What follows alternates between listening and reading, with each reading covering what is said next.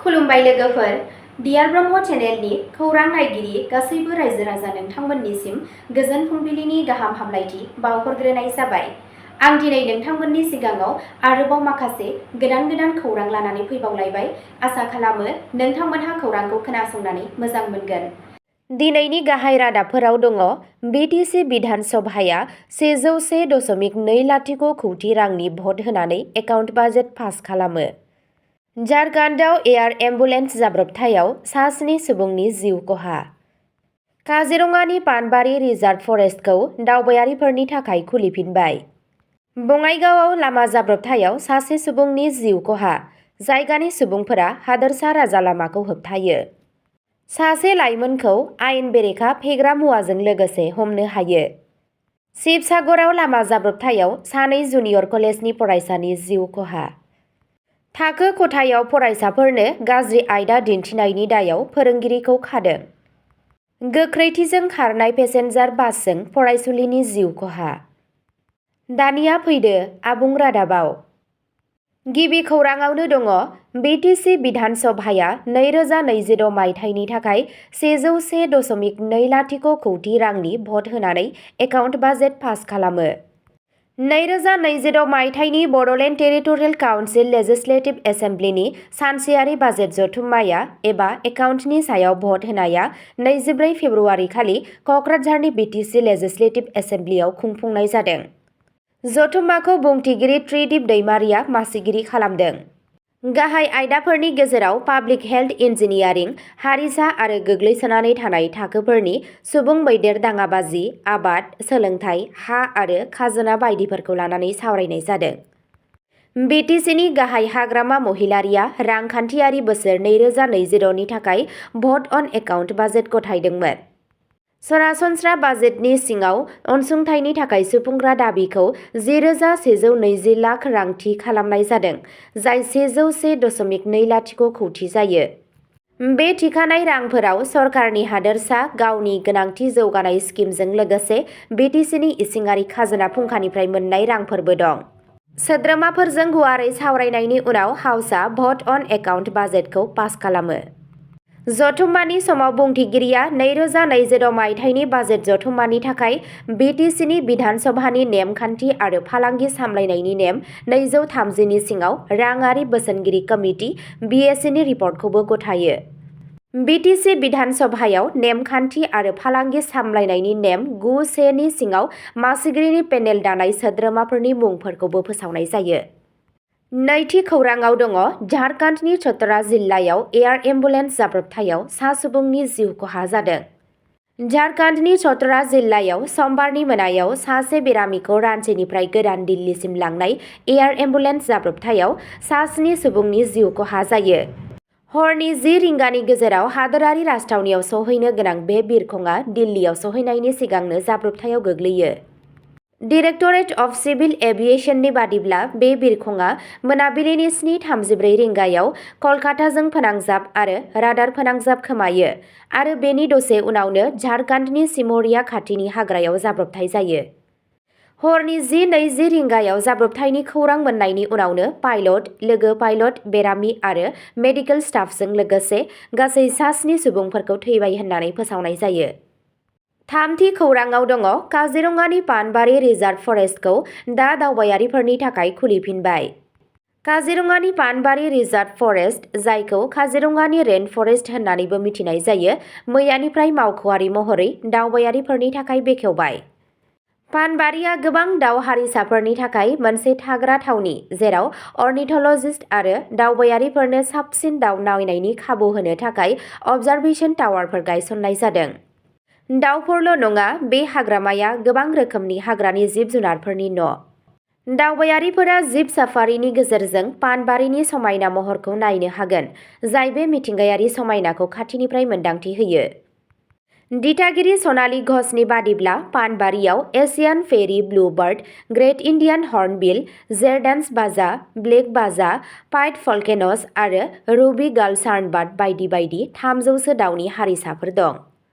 ब्रैथि खौराङाव दङ आसामनि बङाइगावनि लेंगि-सिंगायाव लामा जाब्रबथायाव 1 सुबुंनि जिउ खहा।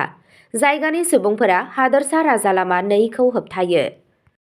आसामनि बङाइगाव जिल्लानि अभयपुरी पुलिस थानानि सिङाव थानाय लेंगिसिंगा ओनसोलाव हादरसा राजा लामा नं 2आव मोनसे गिख्रंथाव लामा जाब्रबथायनि उनाव दुंहाव थासारि सोमजिदों।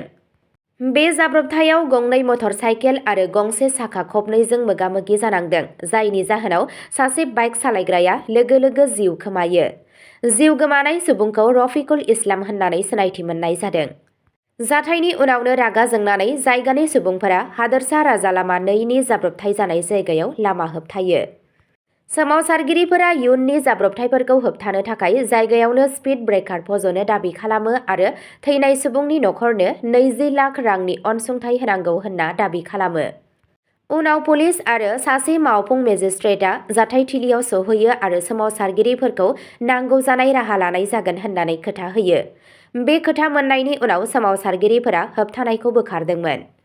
5थि खौराङाव दङ मार्घेरिटानि बरग'लाइ ओनसोलाव मार्घेरिटा पुलिस थानानि बेरेखा अपारेशन खालामनाय समाव सासे लाइमोनखौ आयेन बेरेखा फेग्रा मुवाजों लोगोसे हमनो हायो।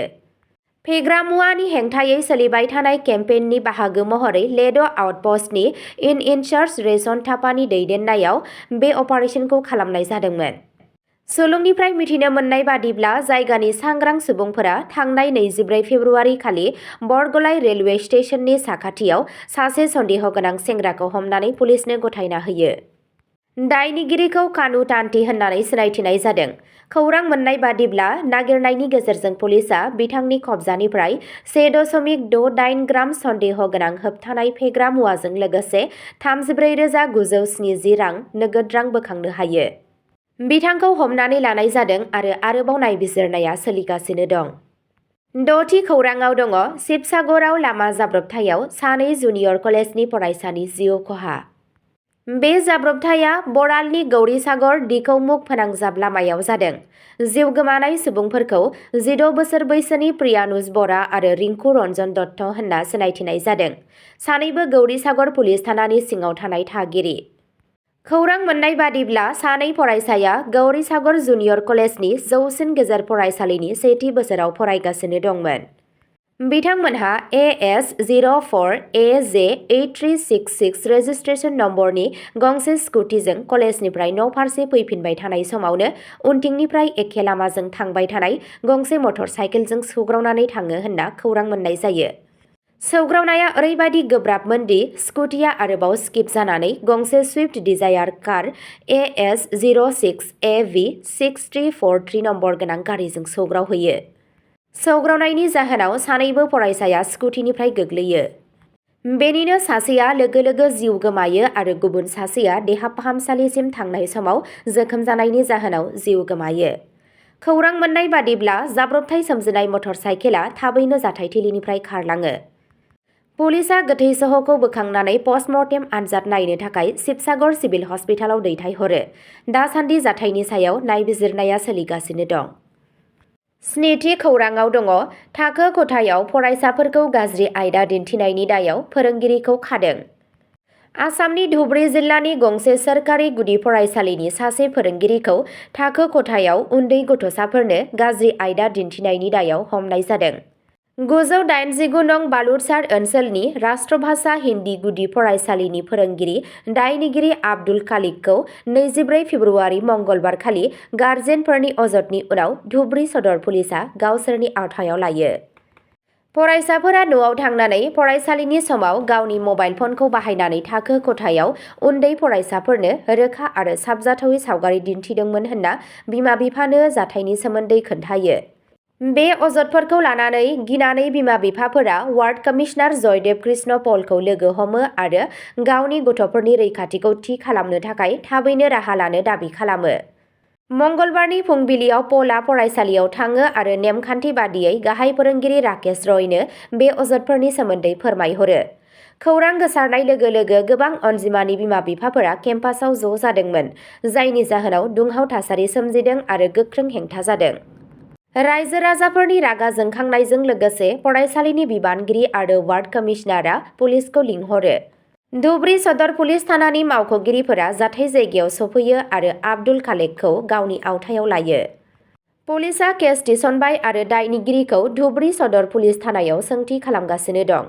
वार्ड कमिशनार जयदेब कृष्ण पल बिथाङा बिबानगिरिफोरखौ अजद होनायफोरखौ फोरमान खालामनो थाखाय फोरोंगिरिनि मबाइल फनखौ फरेन्सिक आनजाद नायनायजों लोगोसे गोख्रों नायबिजिरनायखौ खालामनो खावलायदों।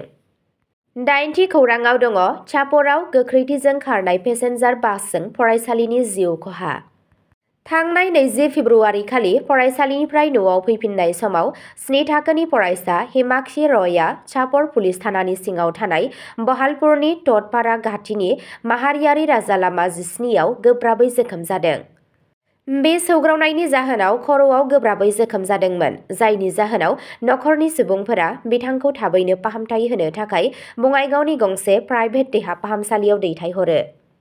नाथाय दुखुनि बाथ्रा दि देहा फाहामनायनि नाजासेयावबो समबारनि मोनायाव जोखोम जानायनि जाहोनाव बिथाङा दुखु गोनाङै जिउ गोमायो। बहालपुरनि एस.डि. फ्रान्सिस डे सिल्स हायार सेकेन्डारि स्कुलनि फरायसा हिमाक्षीआ 108 एम्बुलेन्स सालायग्रा तिलक चन्द्र राय आरो टटपारानि थागिरि अन्जिता रयनि सासेल' फिसाजोमोन। अब्ला दिनैनि खौरां फरायथिनाया एसेनोसै। गोजोन्थों।